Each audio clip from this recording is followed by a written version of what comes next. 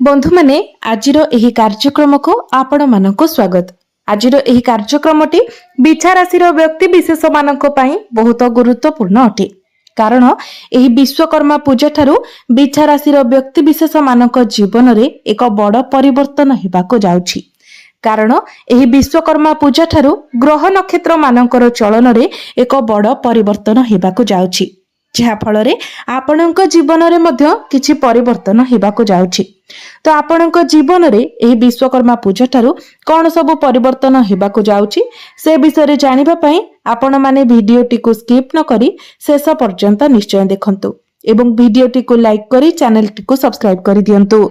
Comment box रे भक्ति एवं श्रद्धार सहित जय श्री जगन्नाथ जय मां लक्ष्मी निश्चय लिखंतु। तो बंधु माने आसंतु आरंभ करिबा आजिर एही कार्यक्रम को, जहा आपणकर जन्म राशि तथा चंद्र राशि उपरे आधारित अटे।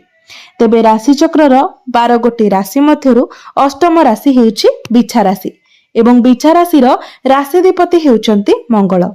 तो बंधु माने मंगल आपणकर एकादश भावरे गोचर करुथिले, किंतु एही विश्वकर्मा पूजा ठारू मंगल आपणकर द्वादश भाव को चलन करिवे। तो बंधु माने एही विश्वकर्मा पूजा ठारू आपणकर इम्यूनिटी सिस्टम टिके वीक होई पारे, कारण द्वादश भावटी को कुंडली रे एते भलो बोली माना जाय न थाए। द्वादश भावटी होई थाए रोगर भाव, हॉस्पिटल भाव। तो जेहेतु आपणक राशि अधिपति द्वादश भावरे गोचर करिवे, तो एही विश्वकर्मा पूजा ठारू आपणको आपणक स्वास्थ्य प्रति टिके विशेष यत्नवान हेबार अछि। विशेष करी जदि आपण बाहर को केउ आडे जाउछंती किंबा बाहर कोनोसी जिनिस खाउछंती, सेतेबेले आपनको अधिक सतर्क रहिबाको पड़िबो। जदि पारिबे तो बाहर खाद्य को आपण अवॉइड करिबा पई चेष्टा करंतु एवं जेते पारिबे हेल्दी फूड कंज्यूम करिबा पई चेष्टा करंतु। जदि आपण पारिबे तो योग, व्यायाम, प्राणायाम इत्यादि करिबा पई चेष्टा करंतु। एबे आसंतु जानिबा आपणकर शिक्षा क्षेत्र किपरि रहिबो एही विश्वकर्मा पूजा ठारू। तो बंधु माने कुंडलीर पंचम भावटी होइथाय आपणकर शिक्षार भाव। आपणक पंचम भावर अधिपति हेउछंती देवगुरु बृहस्पति। गुरु आपणक कुंडलीर अष्टम भावरे गोचर करूछंती एवं आपणकर द्वादश भाव को देखुछंती। एहा व्यतीत आपणकर पंचम भावरे शनि गोचर करूछंती। बंधु माने शनि हेउछंती कर्मकारक ग्रह। शनि जेउ भावरे गोचर करिथांती सेही भाव सह जड़ित कर्म रे आपनको अधिक नियोजित कराइथांती। तो निश्चित भावरे जेहेतु शनि आपणकर पंचम भावरे गोचर करूछंती, तो आपनको आपणकर शिक्षा क्षेत्र रे अधिक परिश्रम करबाको पड़िबो। किंतु जदि आपण दूर रे रही पाठ पढ़ा पढ़ी करबा पई चाहुछंती, तो आपणको पई ताहा भलो रहिबो, कारण गुरुंकर दृष्टि द्वादश भाव उपरे रहुछि। तेणु आपण जदि दूर रे रही किछि पढ़िबा पई चाहुछंती, कोनोसी दूर जगह रे एडमिशन नेबा पई चाहुछंती, सेही स्वप्न आपणकर पूर्ण हेबो।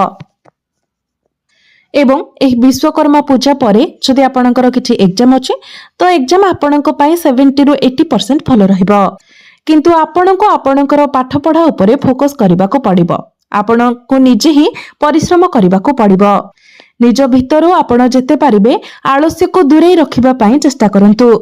एबे आसंतु जानिबा आपणकर प्रेम जीवन किपरि रहिबो एही विश्वकर्मा पूजा ठारू।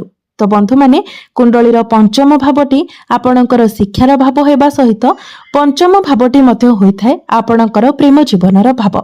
तो आपणकर पंचम भावर अधिपति हेउचंती गुरु। गुरु आपणक कुंडलीर अष्टम भावरे गोचर करूछंती। आपणकर पंचम भावरे गोचर करूछंती शनि, जहा फल आपण आपणकर पार्टनर को मध्यरे जिद्दी स्वभाव देखिबाको पाइबे। आपण जदि किछि कुहंती तो से आपणक कथा को नेगेटिव वे रे मध्य नै पारंती, कारण गुरुंकर स्थिति मध्य टिके दुर्बल रहुछि। गुरु आपणकर अष्टम भावरे गोचर करूछंती। कुंडली रे षष्ठ, अष्टम एवं द्वादश भाव को भलो बोली माना जाय न थाए। सब किछि ठीक ठाक चलीथिले मध्य हठात केउ आडू किछि समस्या आसीबो एवं छोट कथा मध्य आपणक मध्यरे बड़ होई जाय पारे। एबे आसंतु जानिबा आपणकर वैवाहिक जीवन किपरि रहिबो एही विश्वकर्मा पूजा ठारू। तो बंधु माने कुंडलीर सप्तम भावटी होइथाय आपणक वैवाहिक जीवनर भाव, आपणक जीवन साथीर भाव। आपणक सप्तम भावर अधिपति हेउछंती शुक्र। शुक्र आपणकर एही विश्वकर्मा पूजा ठारू दशम भावरे गोचर करिवे। एहाकू एक राजयोग बोली माना जाय थाए, कारण आपणकर केन्द्रर अधिपति केन्द्र रे ही गोचर करिवे। तो शुक्रंकर स्थिति आपणकर दशम भाव में उच्चस्थ होइजिब। आपणक जीवन साथींकर पर्सनल एवं प्रोफेशनल लाइफ रे ग्रोथ आसीब। आपणकर जीवन साथी आपणको किछि गिफ्ट मध्य देई पारंती किंबा कोनोसी खुशी खबर आपण आपणक स्वामी को ठारू पाई पारंती। तो वैवाहिक जीवन एही विश्वकर्मा पूजा ठारू आपणकर बहुत भलो रहिबो। आपण दुई जण मिसी जदि किछि डिसिजन लेइछंती किंबा किछि प्लानिंग करिछंती तो सेथिरे मध्ये आपणको शुभ फल मिलिबो।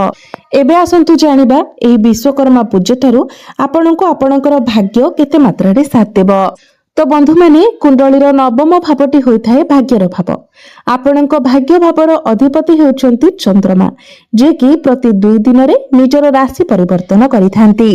एही विश्वकर्मा पूजा ठारू मंगल आपणकर द्वादश भाव में गोचर करिवे। तो भाग्य सेतेटा आपणकर साथ न देई पारे। आपण जो भी कार्य करिवे होय तो सेथिरे किछिटा बाधा विघ्न आसी पारे।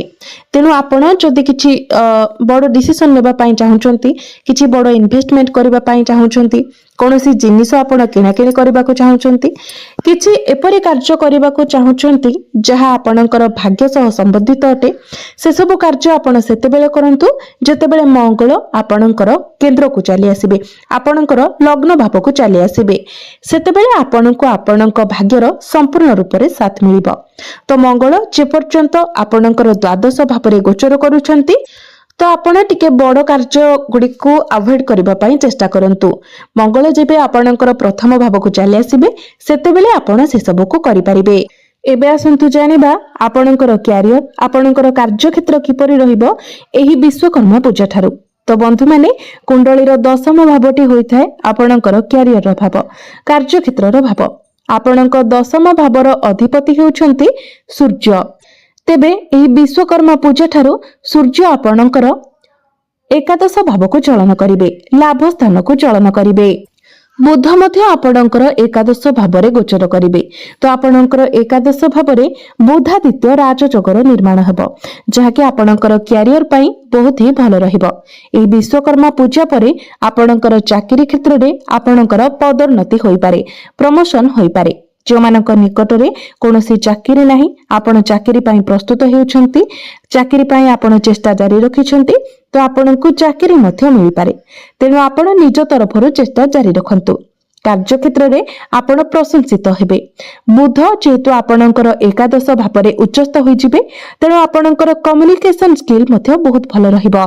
आपण निजर कथावार्ता द्वारा आपणकर कार्य क्षेत्र रे प्रशंसित हेबे।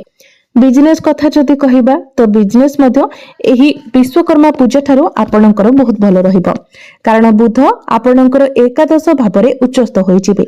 एकादश भावटी जेहेतु लाभर भाव तेणु बिजनेस रे मध्य आपणको अनेक दिगरु लाभ प्राप्ति हेबो। जदि पूर्वरु आपणकर बिजनेस मांदा होइतिला तो आपण पुनर्बार सेथिरे उन्नति आपणकर डेली इनकम बढ़िबो, आपणकर फाइनेंशियल ग्रोथ हेबो। जदि आपण किछि नुवा बिजनेस स्टार्ट करिबा पई चाहुचंती तो सेथि पई मध्य समय आपणक पई बहुत भलो रहिबो। जदि आपण पार्टनरशिप बिजनेस करूचंती तो सेथिरे मध्य आपणको फायदा मिलिबो। बिजनेस पई जदि कहिबा तो एही 12टी मास मध्यरु एही मासटी आपणक पई सर्वोत्तम रहिबो। विश्वकर्मा पूजा ठारू आपणकर बिजनेस पई शुभ समय आरंभ होइचिबो, जेतेबेले कि आपणको सबुठारू अधिक लाभ प्राप्ति हेबो। तो एबे आसंतु जानि नेबा किछि प्रतिकार विषय रे। जो प्रतिकार गुडिक करिबा द्वारा आपणको जहा सब अशुभत्व रहुछि से गुडिक खंडन होई जिवो एवं आपणको अधिक मात्रा रे शुभ फल प्राप्ति हेबो। तेबे आपणकर प्रेम जीवन एवं शिक्षा क्षेत्र को मजबूत बनाइबा पई आपण प्रत्येक दिन गुरुंकर बीज मंत्र 108 थर जप करंतु। एहा सहित प्रत्येक दिन संध्या समय आपण चंद्रमांकर बीज मंत्र 108 थर जप करंतु। प्रत्येक दिन आपण हनुमान चालीसार पाठ करंतु एवं प्रत्येक दिन आपण उदित सूर्य को तंबा पात्र रे जलार्घ्य अर्पण करंतु। निश्चित भाବରେ आपणको अधिक मात्रा रे शुभ फल प्राप्ति हेबो एवं जहा किछि अशुभत्व रहुछि सेगुडिक मध्य दूर होइजिबो। तो बंधु माने आपणकर जीवन मंगलमय हेउ, एहा ही ईश्वरଙ୍କ निकटरे मोर प्रार्थना। धन्यवाद।